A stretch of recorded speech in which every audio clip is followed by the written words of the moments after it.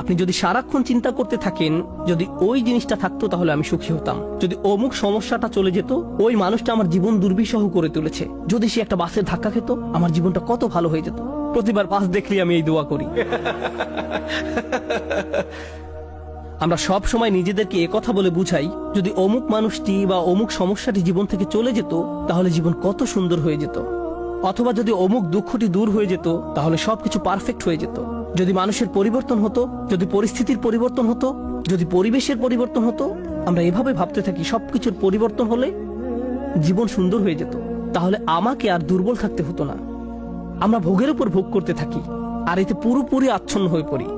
আর আল্লাহ আজ্জা জাল্লা বর্ণনা করছেন, জানো তুমি কত দুর্বল? তুমি একটি মাছির চেয়েও দুর্বল। দুআফাত তালিব ওয়াল মাতলুব। যখন তিনি এভাবে বলছেন আমি আপনি মজ্জাগতভাবে অবিশ্বাস্যভাবে কতটা দুর্বল, একটু